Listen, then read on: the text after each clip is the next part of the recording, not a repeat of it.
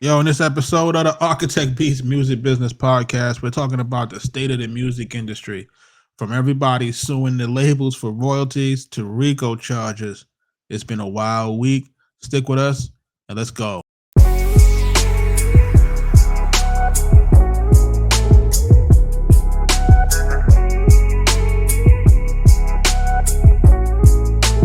Arkatech Beatz.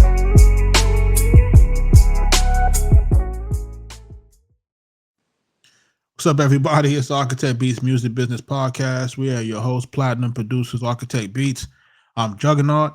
I'm Mike Trauma D. Yo, and together we make this super duper production group, Arkatech Beatz. We're multi-platinum producers. Every week we get together and we talk about things in the music industry to help you to navigate this crazy music industry. So if it's your first time here, make sure y'all hitting the subscribe button. Make sure y'all following. And before we jump into anything, we housekeeping.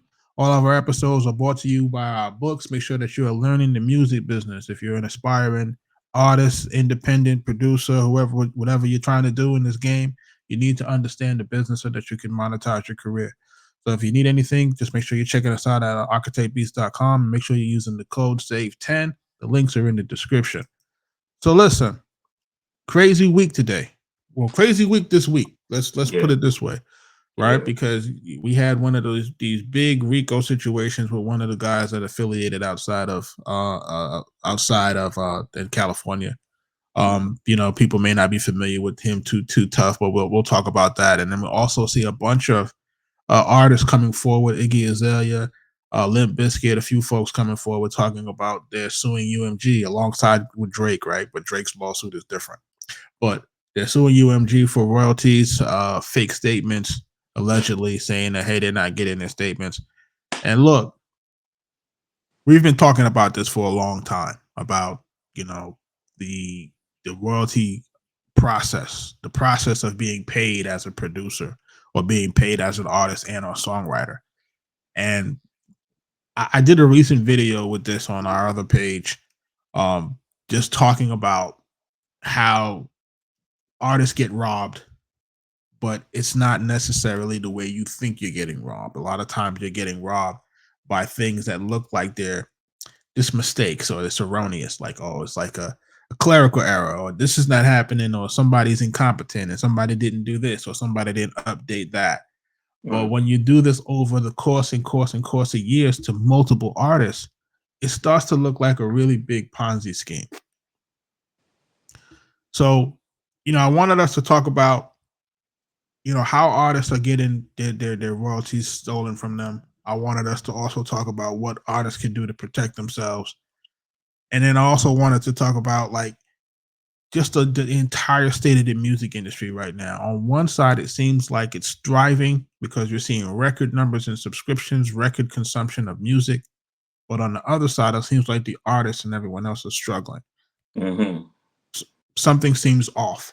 So It's let's talk about that. It's very telling. Like if these companies are profiting and they're making a whole lot of money in bonuses, and their CEOs are getting a whole lot of money, and then our creators are complaining about their payment. I mean, Snoop Dogg has been one of the people that have been really vocal about it, and his plans of moving his product from Spotify to another platform, I believe it's Tune FM, because of the royalty payments and the way that it doesn't seem to be adding up at the end of the day. Making billions and billions of streams, and what you're getting in return for that it doesn't seem even close to being fair. you know.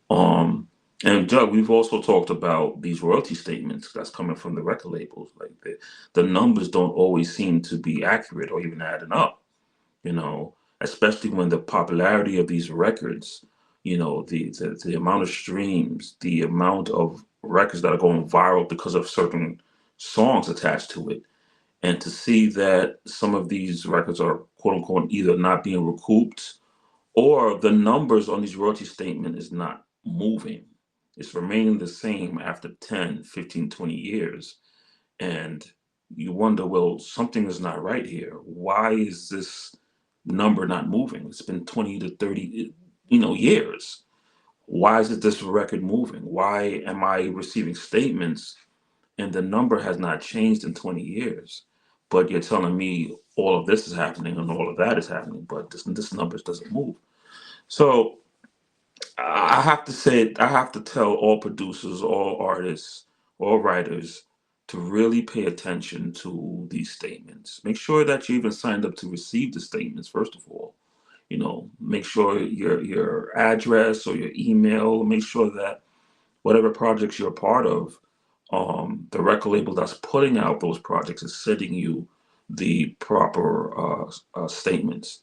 And then after that, you need to check the numbers. You need to look at them and see if the numbers really match, or as well as your contracts. Make sure that your contracts, the things that's happening in your contracts, reflected in your payments. If you're getting a 3%, you should be receiving 3% of that. If you're 4%, if you escalations, if your album went gold or platinum, you see escalations.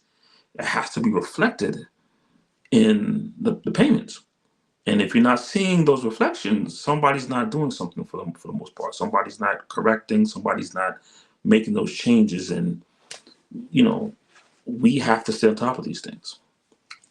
It's a very, very complicated formula, because remember, you as an artist, you're supposed to get paid off of a certain percentage of each album, and then based off of that percentage, that's what's going to determine what you get paid, less your expenses, right? Right. And that kind of creates this convoluted formula. And then also, artists don't really pay attention to what they're being charged for, right? So a Mm-hmm. lot of times, a lot of artists don't have the control over that. And I think where a lot of artists get beat too, especially, is if you're using like samples and interpolations and stuff like that. And those things add up as well, and those things count towards certain things. Those cut into your song percentages. Also, what people are not talking about, they're not talking about the pro-rata clauses. And people say, what's the pro-rata? Where your albums are going to be broken into fractions based on how many songs you have, right? So if Mm-hmm. you're a producer on the album, instead of the royalty pool being this amount divided by 10 songs, if you got Mm-hmm. 20 songs, then it's divided by 20 songs, which shrinks the pool or diminishes, or what they call dilutes the royalty pool. So there are a lot of things that artists do that dilute certain pools of royalty income, certain expenses that they incur that you might not be aware of. And all of these things are kind of wrapped into this nice little bow, so that when you come knocking for your money, they say, well, yeah, you're not really going to get any money, because the artists use this much for marketing, and they did this much for this, and they took this much advances, and they took this much money, and the albums are cross collateralized, where the albums now, if album one and album two, like whatever album one earns, has to be basically tied to album two, and so forth and so on. So you got a lot of different issues that are occurring. um but what I think really is the larger issue is people are just not telling the truth. And that's really the main thing here. I think what happens is the people that are in charge of a lot of these departments are not updating stuff. Mm-hmm. And they'll make it seem like it's incompetence or clerical errors, but it happens too often and too frequent. Mm-hmm. And in this day and age where everything now is digital, like, I find it very, very hard for things to still be this difficult in an age where you don't have any real physical media. Like, everything is basically public knowledge. You can see how much streams people get. Like, why is it so hard to determine what people are supposed to get and make it happen quickly? I just find it to be, What, fraught with fraud, in my what I, opinion. what I find very discouraging is that these record labels will only even go back a certain amount of years. They will limit how far they can go back, and before that, they just quote unquote don't have any record of it or don't want to investigate. I find that to be criminal in Yeah, itself. and you know these labels are making money off of your art, your what you've put in, and they don't care to go back because for the most part, um, that is the time where your product was making the most money. Yep. You know, if your album dropped 3 years ago, from day one, that album is making the most money, or that product is making the most money. And if it recouped, that's probably close to time when it's recouping. You know, it's making the most money. The payouts are higher. And if it's past a certain amount of years, they may not want to go back and investigate those years. If you're making a claim on year 5, they may not want to go back that far. Even if you find out that, oh yeah, you know, you owe, and they may say, oh yeah, we owe, but we're only going to pay you from year 4 or year 5 after the fact. So what happened to that money from year 1, year 2? What happened to that money? No, we're gonna start it from here. So you know, there's a lot of things going on in the industry, especially with the record companies, and when it comes to royalties, and we have to really pay attention. We really have to pay attention and seek some legal counsel, and really sit down and go over everything. And if you got to do an audit, then you should do an audit. And you may even have to get a second audit in some cases, depending on the outcome. It's Jug, it's a really nasty game out there, man, and it's messed up, man. Because we spoke on a podcast maybe a week or two ago about Angie Stone, Yeah. you know, and the fact that she was still out there doing shows, and um, you know, trying to make a living for herself. And it makes you wonder if some of these record labels were just paying what they're supposed to have been paying, then some of these artists wouldn't necessarily feel pressed to have to, you know, do some of these events and shows that they don't need to do. You know, they could take this time to spend with their family and do other Yeah. things, or actually enjoy what they've worked hard for. And you know, you reaching a certain age, you know, um, it isn't right, man, and we got to think about these things. I think in her case, she was illustrating that she thought the songs were registered and the songs were not being registered. And I talked about that at length in a different video where I said that is probably one of the primary ways that producers, artists, songwriters are being robbed Hmm. is the registration process, or the erroneous uh, issues that are related to the song registration process. And if we didn't see this for ourselves, I would think that, hey, people just ain't handling their business, blah blah blah blah blah. In our experience, what I've seen where we can register a record as the producers and songwriters. Say you're doing it through ASCAP. A larger publisher, right? Because every artist and producer, you should have your own publishing company at this point if you're in the game. If you don't understand how to do that, make sure you're kind of hitting us up and we can show you what you got to do with that. But you're supposed to have your own publishing company so that you can get every portion of your song, right? Because you figure you have to have your writer side, your publisher side. Hmm.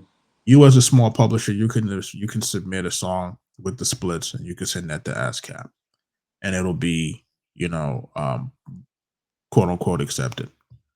Then if a larger publisher, say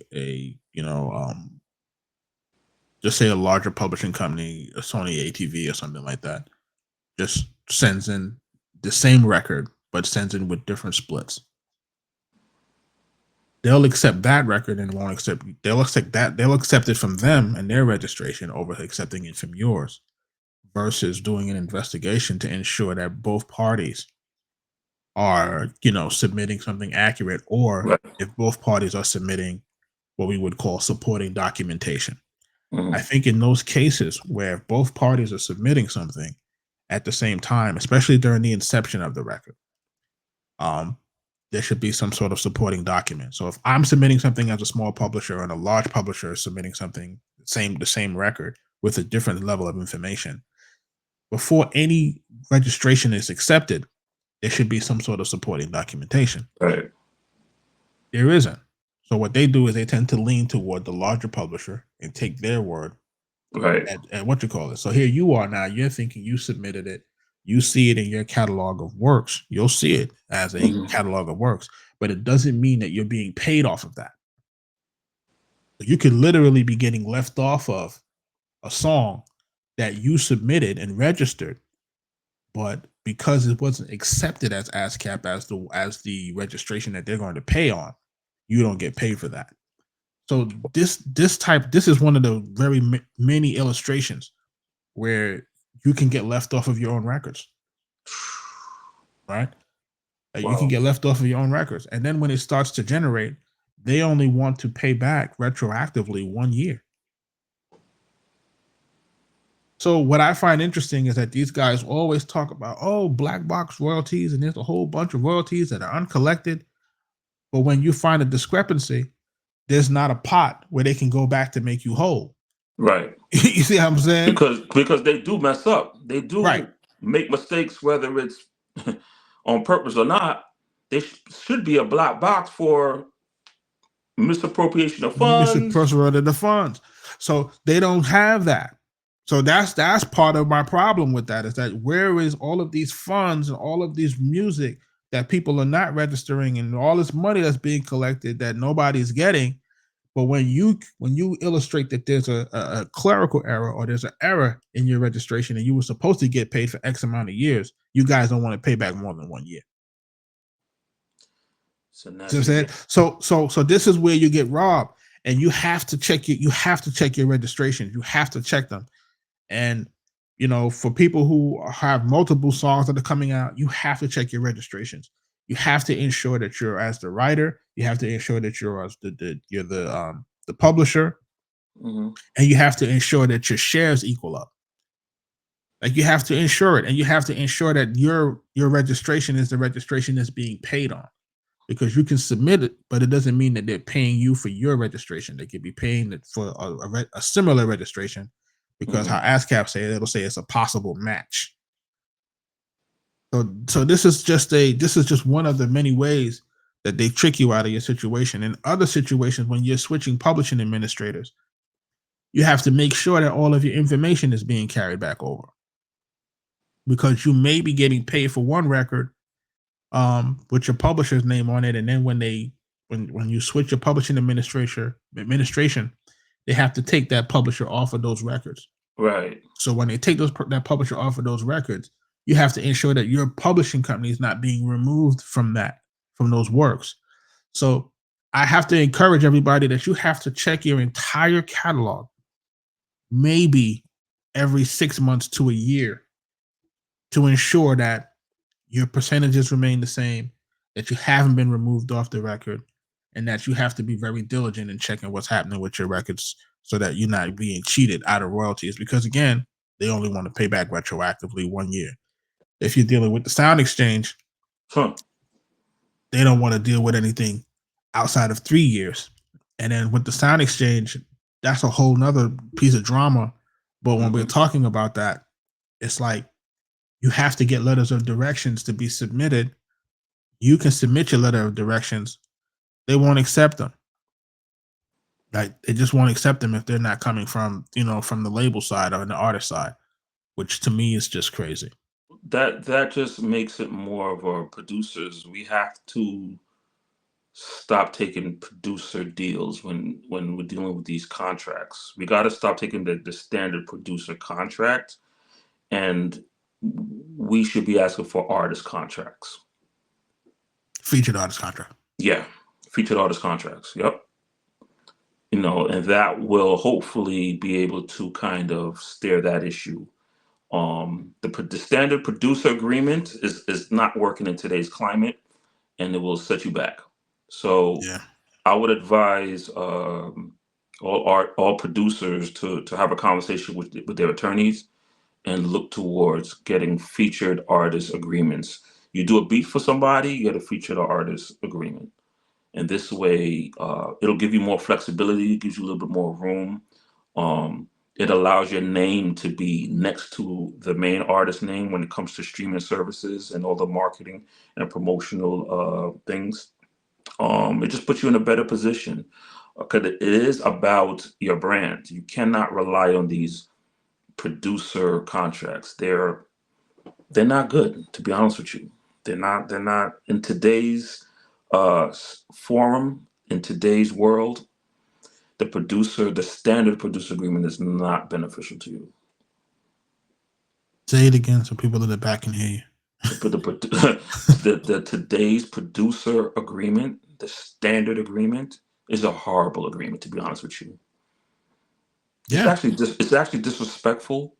And on another note, when these major labels are dealing with you on a producer level, there's a certain disrespect level when handling your contracts and your paperwork. There's a high level of disregard for us. Yeah. Um, they just don't respect you the same. They give you this quote unquote standard agreements and they leave it at that. They don't get back to you in a respectable time frame. They may not even cut you your check until the project is way out. Certain agreements are not signed. There's certain things that you can't get involved in because you have a standard production agreement. So I challenge all producers to kind of look into this, and look for something that's outside the norm. Um, a featured artist agreement would be a lot better. Um, and you curtail it to what you feel is going to be best for you, especially when it comes to uh, your points, your escalations. And another thing that you said, Jug, when it comes to checking your statements, and checking everything every 6 months. If your project goes gold and platinum and you have escalations in your agreement, that has to be reflected. So you want to make sure everything across the board is reflected. When your album goes gold, it goes platinum, you got to make sure that what you're getting back reflects that. You know, you don't want to be getting back 3% when you're supposed to be getting 5%. And nobody made any changes, nobody fixed these things. The other So thing too that I was made privy to is that making sure that the escalations um apply to you whether you have a single or not. yeah, yeah, There are situations where your percentages for producers are only tied to escalations if you have a single and not the album going gold or platinum or multi-platinum. You want to make sure that that if you're part of an album that goes gold or platinum, if your record isn't a single, you still should be afforded the escalation. But your attorneys have to put the language in for that. And remember, what's happening is that you said something that a lot of us don't talk about. We talk about standard agreements. Um, you should not have a standard agreement. And people will say, well, what do you mean by that? Meaning it should start off as a standard agreement, but uh it should be made to what you need it to customized. be, customized to what you need it to be. Right. Um that's part of what the problem is for a lot of us, is that we don't ask for the customization of these agreements. And some of us may not even have the leverage to do so.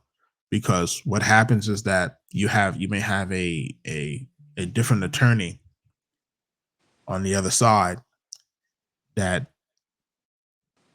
you may have a different attorney on the other side that just doesn't want to spend the time, which equals money, Yeah. to redline or make those changes in your agreement. So a lot of times what you may have is you may be trying to go back and forth to quote unquote negotiate. And because the other attorney isn't being paid, they'll drop this, hey, take it or leave it.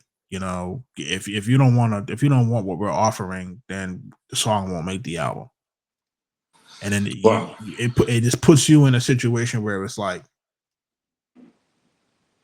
you know, So basically, there's not enough money to even negotiate. and that happens.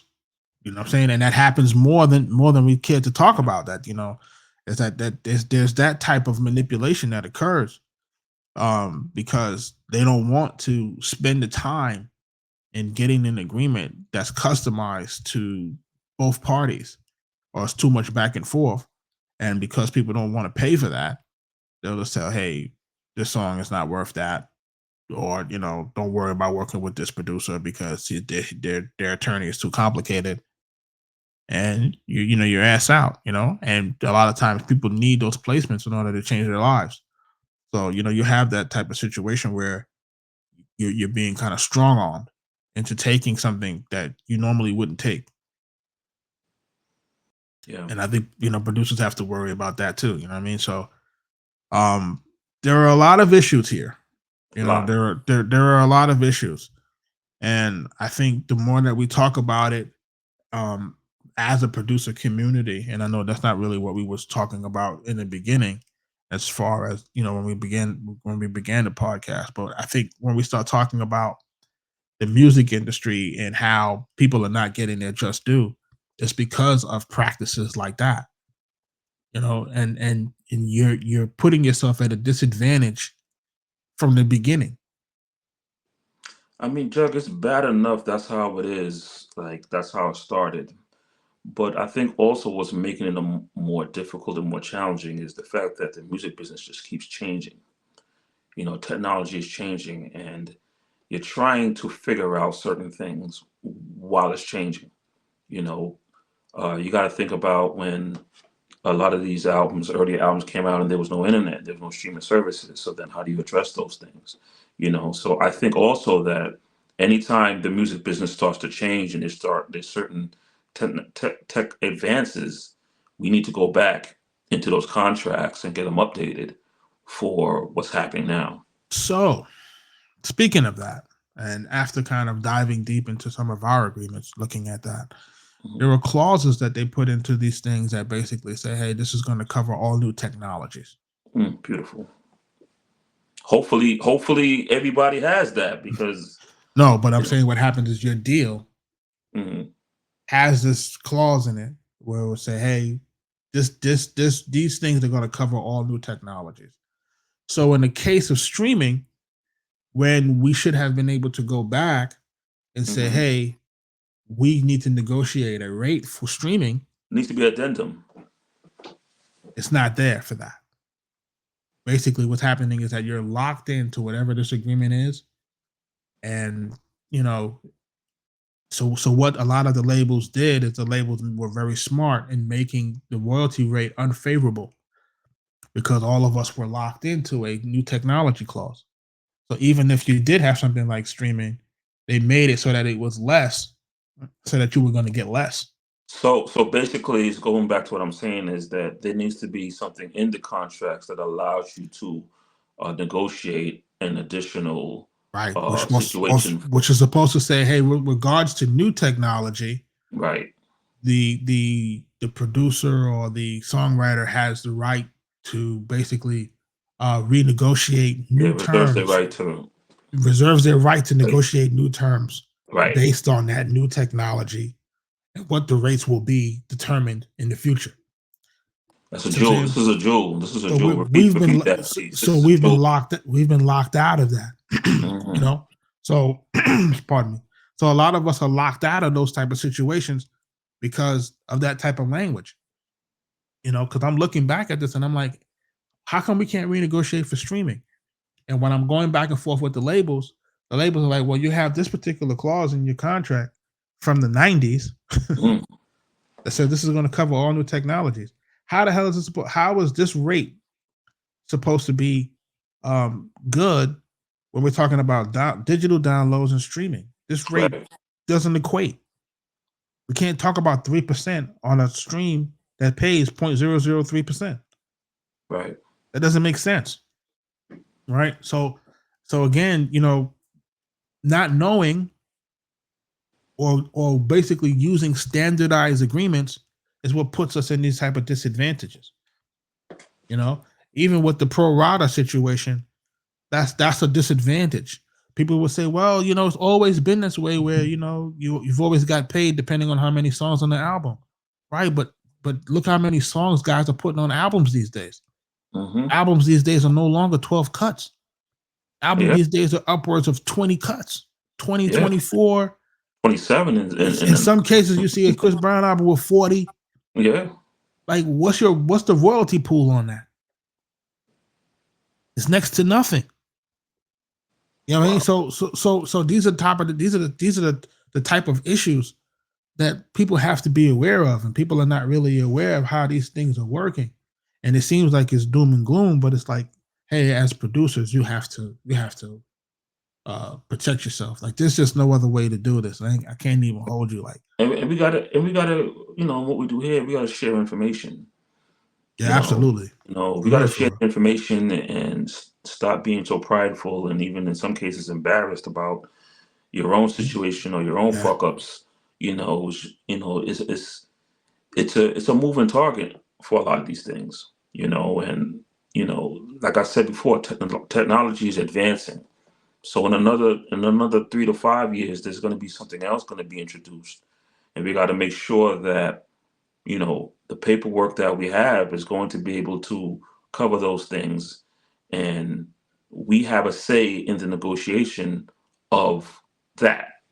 It's a tricky game, and you're at a huge disadvantage from the beginning. So the best way is to just go back to your paperwork, and a lot of guys we need to get your paperwork. That's another thing. You know, you may not have a copy of your contracts, and that is key to a lot of these things Oh that are coming gosh. forward. Oh my gosh. Especially if you're a guy that you know was in this business like during the fax era. Right? Yeah, yeah, yeah, yeah. Like if you're in this business during the facsimile era, like you're stuck like Chuck, man, because you'll be lucky if you have those things in any type of digital format, because you most likely won't.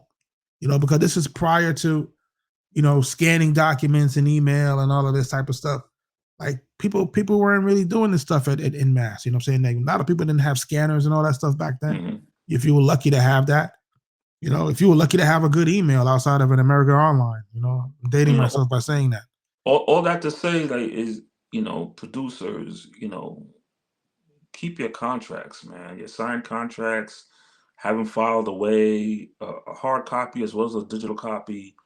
Those things can be very helpful and useful for you in the future when something pops up, where technology changes and you need to revert back to your old contracts to see, what percentage you're supposed to be getting now as technology moves forward. What are you supposed to get? And if you start to see that you're not getting what you're supposed to get, then you have some legs to stand on. Or even if it wasn't negotiated, you have something now to use, because these companies are gonna want to say, well, where's the contract? Let's see what you signed. You know. And that's part of my other problem. So when we're dealing with major labels, right? And this is a thing that I don't really like. We're dealing with a major label and we do a deal. We give them our legal name, the name of our business, our tax ID numbers. Sometimes we give them where to cut the check to and all that other stuff, right? Hmm. You would think that once that document has to go to the label so that they can have it part of their file, that they have the legal right to distribute and exploit your music. Right.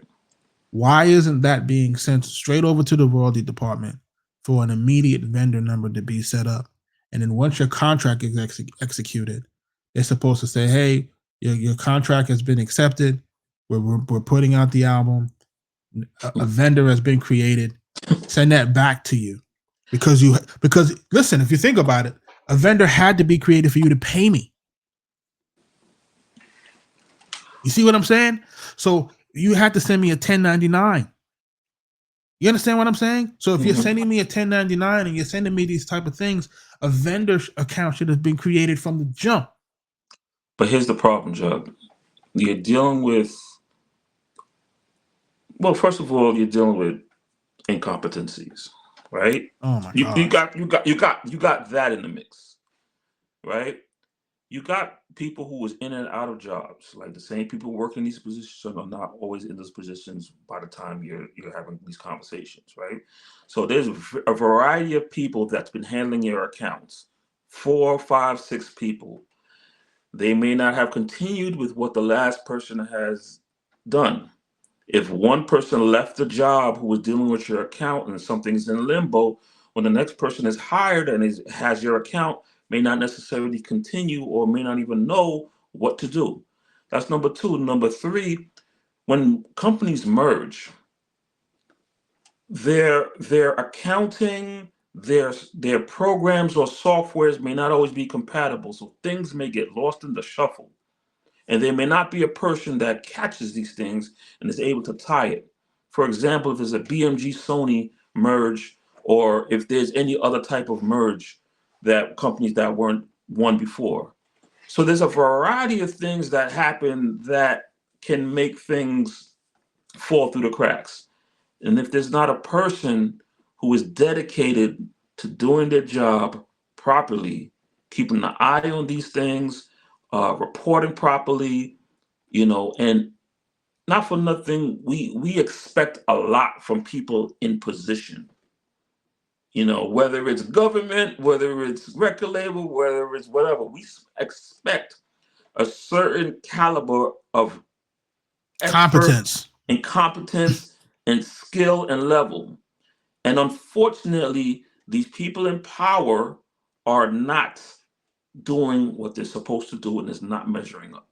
And so what happens is things fall through the cracks, things get misplaced, jobs are not done correctly. I mean, you go to your regular day job, look to the person next to you.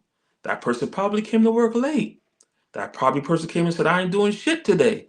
You know what I'm saying? I'm tired. I'm going to take an extra a 15-minute break. Think of the average person on their job who's maybe not having a good day, you know, and some of the responsibilities that person has, and they just didn't do it to a T. The same thing could be said to the person working at the record company who is not doing what they're supposed to do to a T, not to mention all of the other things that I mentioned. These things happen. And it is our job and duty to ensure that we look at these things, we read our statements, we follow up, we collect emails, we follow up and call them and be on their back. We threaten them with legal if we have to, because it is our payments. You cannot leave it up to them to do the right thing or to even know what they're doing. That's just the bottom line. It's a poor system, bro. It is. I can't express that more. It's a poor system. When I'm going back and I'm setting up, when I'm setting up certain vendor accounts, I'm like, wait a second, you paid us in advance. Why isn't there an account set up already? You sent me a 1099. You sent me a 1099. Why isn't there an account set up already? Why isn't there something that's supposed to catch our royalties after you've already paid us? Because remember, this advance is part of a record that has to be, right? The royalties have to go against this advance. You'd figure it's a one and done. You set yes. one time and it's one and done. You. So right. you would think that, right? Why are you telling me that you still need the contracts? Like, what are we talking about? You know what I'm saying? And these are billion-dollar entities. So that's so excuse me if I'm feeling like a billion-dollar entity should have something that works. They didn't invest in especially if you're in the business of paying royalties. They didn't invest in infrastructure. Yeah, you're in the business of paying royalties. The program that they use is outdated. Man, I can't accept that, man. Like, you guys are in the business of collecting royalties.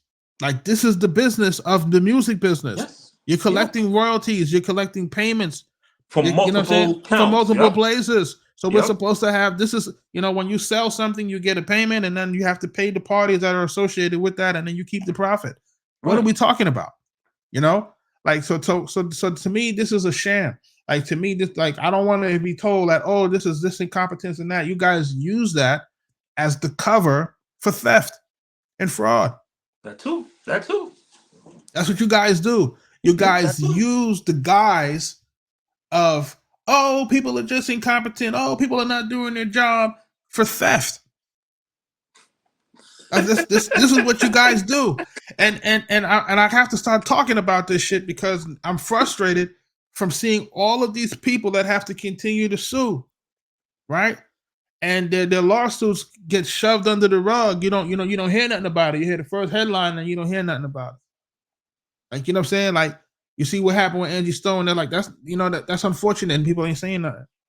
You see Iggy Azalea come out. If she didn't put on social media, you never hear about it. How can Limp Bizkit say they owe $200 million lawsuit? What is that? How can you have that much money owed to you? That's wild. You know what I'm saying? Like, that's wild. And if you owe them $200 million, how much money did you make? You know what I'm saying? Like that's wild to me. Jug, and to be that bold, that's a lot of money. That's a lot of money, man. What we talking about? So when I'm looking at these type of situations, and I'm like, yo, you guys are really playing games with this shit, you know? And I've said this, and I'll say this over and over again, that like you guys are not, you're not, y'all are playing with people's livelihoods, you know, like y'all are playing with it. And you guys think that it's nothing. You're playing with livelihoods. And then you guys will say, hey, this guy sold 4 million copies, but he didn't recoup. How? How do you sell 4 million copies of an album and you don't recoup? Like, you know, especially if we're talking about, even if we're talking about at a $10 cassette, you know, for those who are not old enough to know what that is, you know, you got to look that up. But even if it's at $10 and 4 million copies, well, how much money is that made? Come on, we're making tens of millions of dollars, and you were talking about these albums being made for $500,000, and you guys are making tens of millions, and you guys are saying, "Hey, they recoup." Like, come on, you guys are playing games with people's livelihood, man. Like, we don't want to hear that. Like, you already eaten, break bread, right?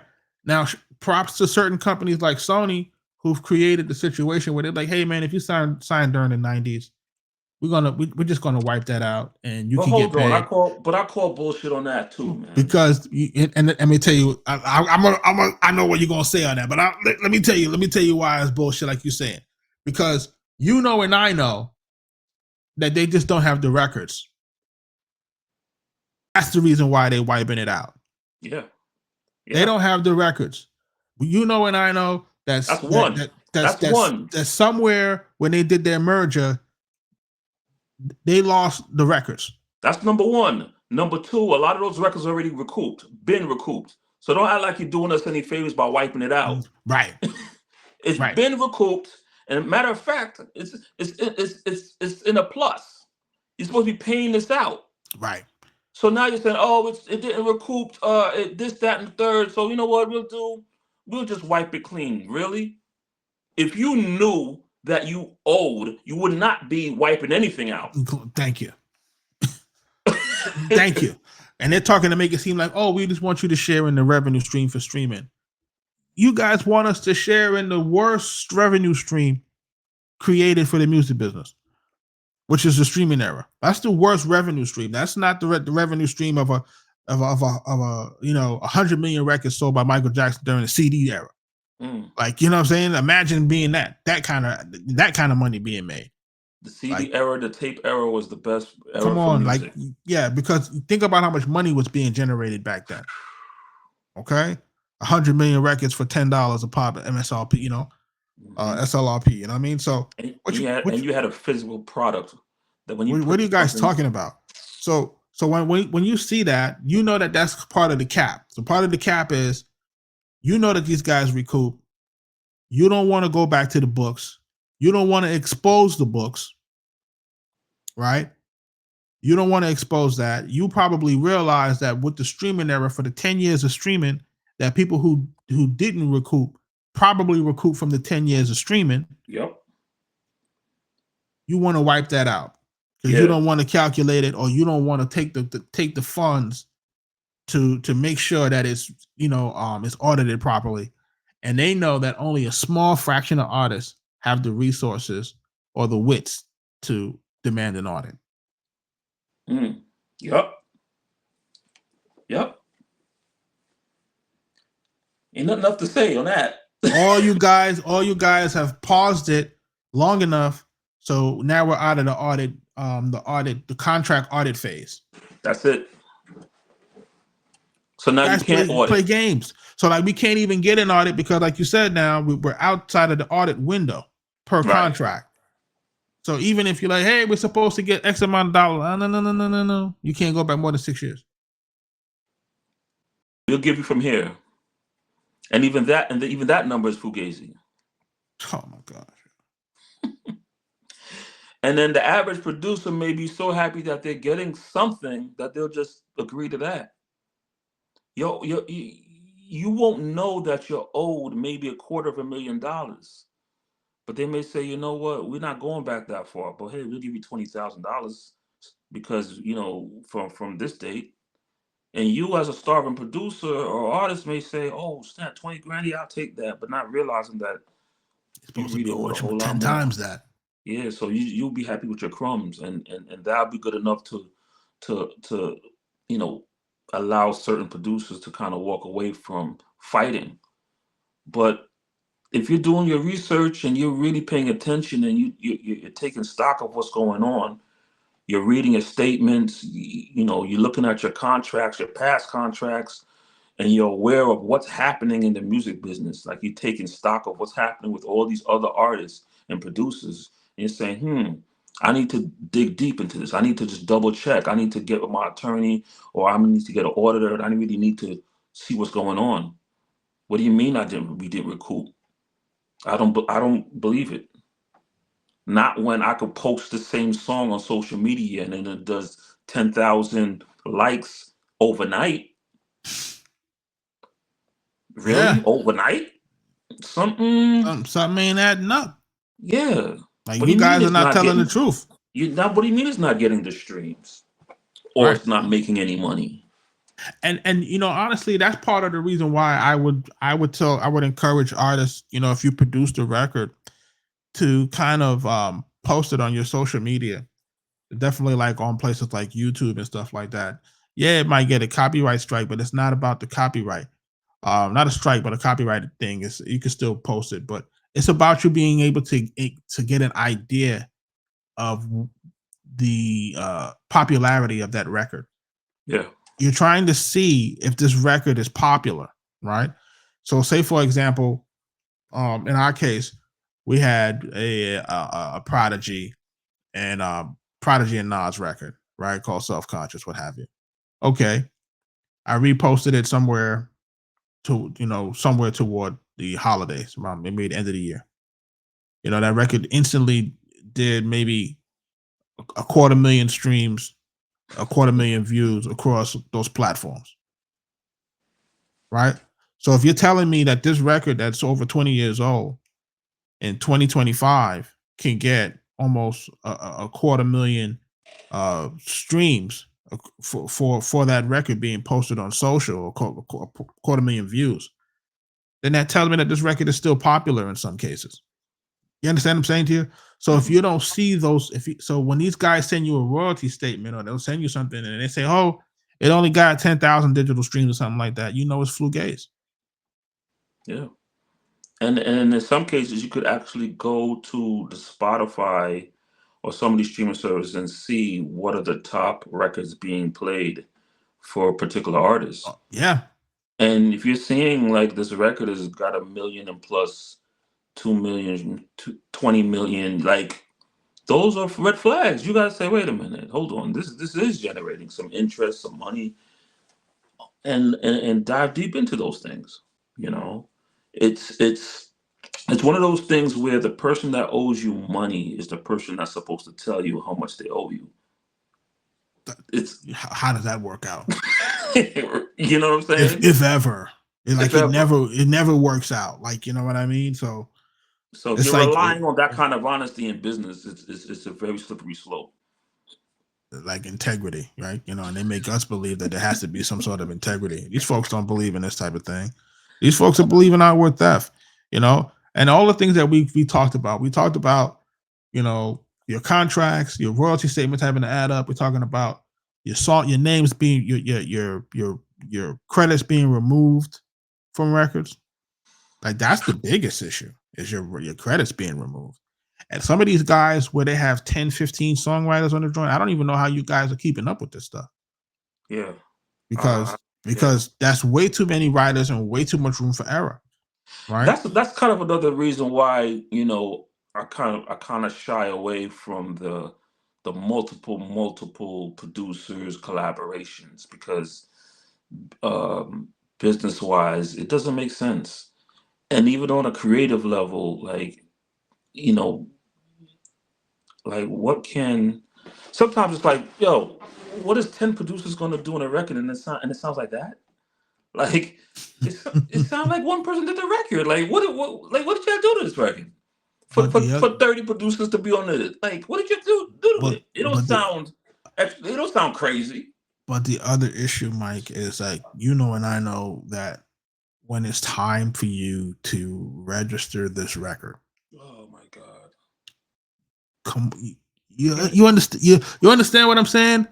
yeah, exactly. When You it's gotta time but for look, when it's time for these records to, like, when these records have to be registered and the percentages have to be put in, what do you gotta do? like it's You gotta get on a Zoom call with 30 other producers or something? listen, like and I know, like, this is not going to translate. This is not going to translate across ASCAP, Nope. across MLC, No across way. Sound Exchange. No way. This is not going to translate well. You know that, and I know that. Someone somewhere is going to botch these numbers, botch these splits, They're not typing all that shit in. just like that. Just like how you They're just not. said it. They're They're not not going to typing that do it. shit in. So Niggas it's will, like this it's niggas will be like like, nigga, are you kidding me? It probably can't even. It probably can't even fit in their template. that's real. And at the end of the day, it's like, who's following up on this shit? Who's validating it? Who's validating it? Like, this is the part of the problem that folks are not understanding. So it's like, listen, you have to really be diligent about it. It's not just understanding it, but it's also following up. It's also having the email templates to follow up. It's also having the cadence to know what to ask for in your emails. It's also having the understanding of, professional etiquette, because if you don't ask professionally, people aren't going to help you, right? Like, that's a whole nother conversation for a whole nother day, Oh right? yeah. Like, this thing is serious. This is not a thing where it's like, hey, you can just make your music and you're good. Like, listen, you have to have an administrator to check the administrator. If I'm being honest, Yeah. I see people complaining about different publishing administrators. They're like, oh, how are you with this publishing administrator and that publishing administrator? And I'm like, listen, they're only as good as the information you give them. Yeah. They're not good if you don't give them good information. And Jug, because I've worked at a label and been responsible for gathering information and submitting it to our A&R administrative department, and double checking it, making sure, contacting all the producers and contacting everyone, making sure their credits are right. This is the only reason why we were able to really get a very good understanding of how these things get to the label and how they're submitted, and how the person who's handling this stuff has to be of sound mind, be able to sit down, be organized, know who's who, speak to everyone, get everyone's information, input it properly. It's a job. It's a straight up job that is not even done all in one day. There's multiple things going on for multiple projects. And if it's not done correctly, you're not going to get what you're supposed to get. And I don't think people realize that. I think honestly, where we are now, bro, if I have to kind of think of all of this stuff, and I have to say, okay, over the years, there are things that we did well, and then there are things that needed some improvement. But Hmm. when I'm going through, like, all the stuff that could slip through the cracks, it's like, man, these people got away with murder. Like, these people robbed me without a gun. Hmm. Like, like, how could you have done that? Like, how did I miss that? I thought I put that in, right? Pause. Mhm. You know what I'm saying? Like Right. I thought that was taken care of. You know, you figure you register a record, you don't got to worry about it after that. Right. That's not what's happening here. You have to literally keep checking up on your work. You have to literally keep making sure that that your royalty statements are accurate, because what And happens is you kind of get lax with it, because you're like, oh, okay, I got a little more, oh, I got some ASCAP money, okay, cool, but you're well, not not paying even, attention that, like, when it starts to do these things where it goes up and down, like, you're not saying, wait a second, why is it doing that? Because typically at this point, when your records have been released, it kind of hits a baseline and it kind of stays there, but right? as a producer, but as a producer, you're running around chasing the next placement. You're making records. You're in and out. You're flying across town. Yep. You're here. You're there. You're meeting and greeting, moving and grooving. You're excited about the new artists that you work with, some of the people that you're working with. A lot is happening, and you turn around, you get a check. Oh, okay. You do this, you do that. You turn around, you get another check. So it's very easy to kind of get lost in that. And if you don't carve out some time to really pay attention to how I'm getting paid and the different avenues I'm getting paid and making sure things are lining up correctly, if you're not carving out time specifically for that, then you will be taken advantage of. Things will get slipped through the cracks. Things will happen. And unfortunately, that happens very often because as producers, as artists, we're running around day to day. We're in and out. We're doing so many things. And, a lot of times we may leave it up to another person to handle, or you think, okay, I just did that part, it should be good enough. And you think the person on the other hand is competent, truthful, or honest, and is handling everything that needs to be handled. But in reality, you're dealing with number one, incompetence, and number two, people are thieves. You're dealing with these two things happening in the music business. If they're not stealing from you, then they're just not competent enough to be able to handle what they're in position to handle. It's real. And sometimes it's both at the same time. Anytime.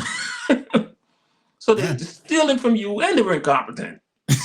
So like, goddamn. How did this happen? How did Like, this happen? how did they steal from us and they're at the same time? Yeah, and they're incompetent at the same time. This is crazy, bro. You And like know, I'm looking at a lot of this stuff, man. And again, like, to your point, being in the label and being privy to the process, right? yeah, Send your invoice, yeah, send your invoice with your tax ID. Send this information, send that information, address it to the right person. Follow hmm up, follow up, build a relationship with the accounts payable department. Like, right, these are things that people are just not aware of, and it's just a lot for a lot of guys, because we just want to make music, bro. Like, that's the thing that's probably the most upsetting. Is that, we want to just make music. We don't want to have to worry about all of these existential threats, what I'm yeah, saying, to our livelihood. And in reality, it's like, hey, I want to make music, but I want to get paid for me making my music. But at the same time, it's like, why are you guys creating these processes that are so convoluted? And then on another level, AI now has been in the forefront now for the last 2-3 years. Why isn't this shit getting easier? Like, honestly, like, at this point, you don't even have to. You can ask AI to do damn near everything. You know what I mean? yeah, I'm confused as to why there's still this level of incompetence that's still occurring. Like, you guys can use AI to tabulate what you owe people, and just yeah, be honest. Like, you just drop the number in, and that's it. You guys are acting like that's available to your royalty department. yep, Like, so yep, I don't understand what's happening here. Like, this is a weird thing. Like, you could drop all the spreadsheets in, you could do all the complex math, you could do all the analysis. So I don't understand what you guys are talking about. And a lot of times, that's what we do to determine discrepancies. We use the AI. yep, Like, you're like, why else? What else would I use to determine the discrepancies with my royalty statements? I would have to use my AI and say, hey, why does this look like this?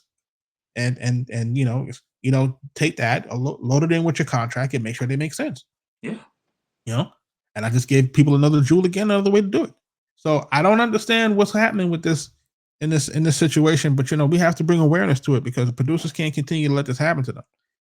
Like, and before we get out of here, I know we were supposed to talk about the Rico stuff, because we didn't talk about that today.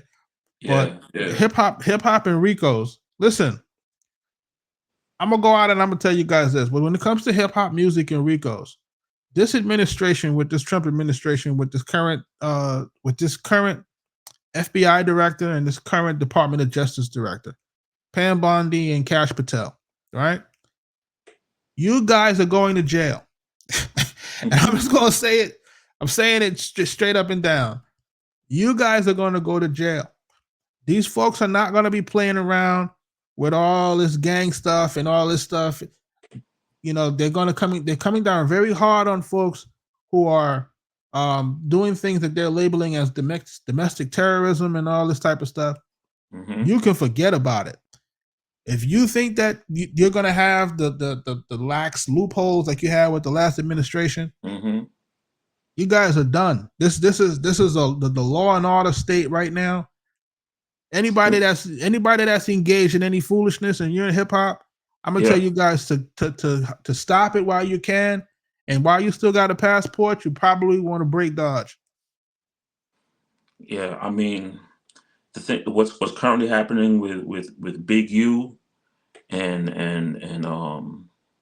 you know, wow, you know, it's nuts. When you look at the indictment, I think it's crazy. Yeah, and here's another thing that's you know, we should quickly just talk about. You know, you guys are getting on these platforms and talking. Oh my God. Talking and saying things and for content. If you're running around in the streets and then you get on these platforms and say what's happening on the streets as content.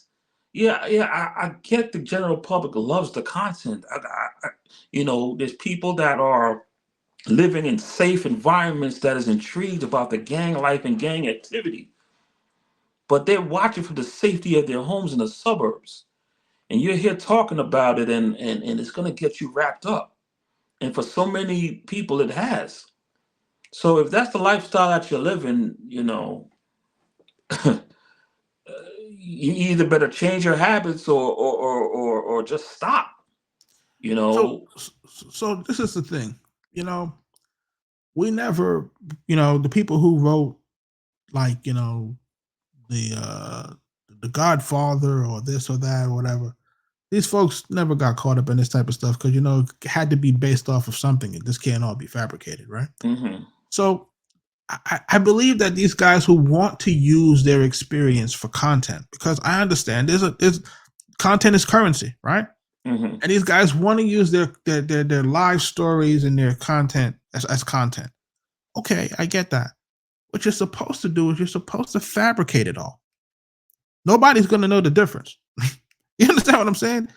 It's like for you to come and talk about your real life experience on tape. I don't think folks have that much of an imagination. Oh my God! Like it's like you guys are literally taking a stand against yourselves. They don't have the imagination, so they're actually doing the things and easily just talking about what they did. It's nutty. It doesn't make any sense to me. And you know what kind of started all this? Kind of, you know, the whole, you know, Basketball Wives reality show kind of thing. God. That has showed, you know, that you could do things in front of people and people will want to watch and people want to tune in, and taking people's livelihood and put it on Front Street, you know.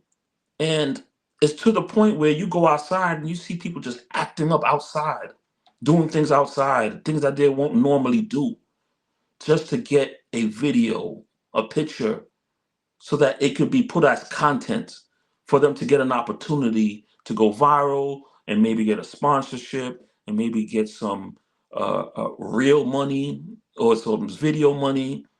It's out of line. It's just too far.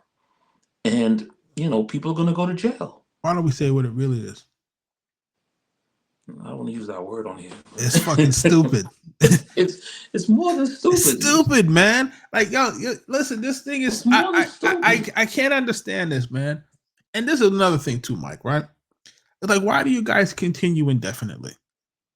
at some point it has to stop, right? If you've gotten away with it for maybe the first 3, 4, 5 years, at some point you got to stop, bro. We talked about this before too.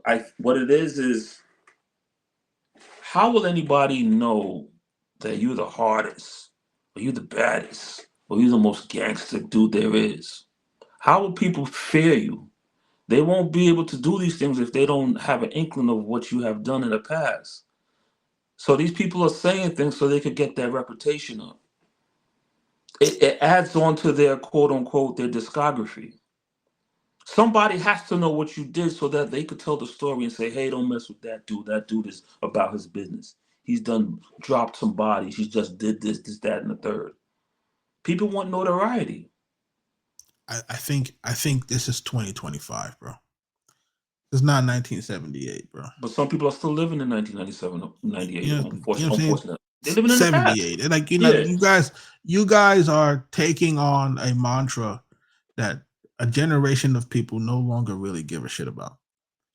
Folks, you know what I'm saying? Like, they don't care about this stuff, man. Like, what you guys are talking about right now is you guys are talking about street stuff and stuff that for a generation of people who don't even live this type of way. These folks are not, the majority of these folks are not into this type of stuff. It's too hardcore. You got a lot of folks right now who can't even do 2 tasks at once because the anxiety level is too high.